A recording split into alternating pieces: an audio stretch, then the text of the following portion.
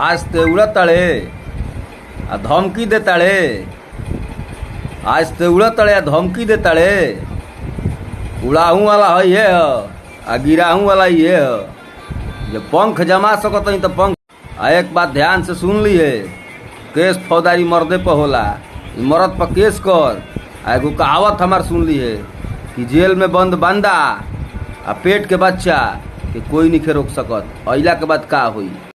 अरे कि बेवफा ना मुझको कहना मैं तुझे अब भी प्यार करता हूँ। कि बेवफा ना मुझको कहना मैं तुझे अब भी प्यार करता हूँ। तू माने या न माने मैं तेरा इंतजार करता हूँ। हो बेवफा ना मुझको कहना। आजकल के प्यार ना व्यापार हो गइल बा। पैसा पर जिस्म बिचाता तो वही के भाव लागता। एगो हमारे एगो शब्द के माध्यम से, एगो गीत के माध्यम से एगो हम भाव देतनी। और कि अपना से बढ़ के जेके बुझत रही अपना, अरे उहे चकना चूर कैलस जिंदगी के सपना।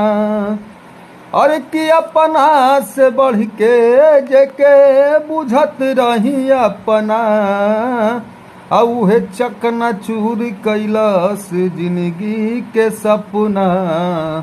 और कि ऐसन दाव मरलस भैनी चारो पाला चीत रे।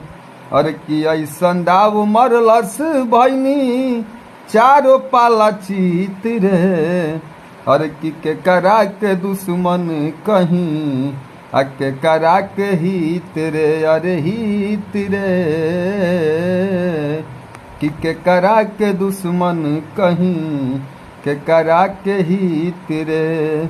अरे मन में समा के लुटलस मनवा के मीत रे।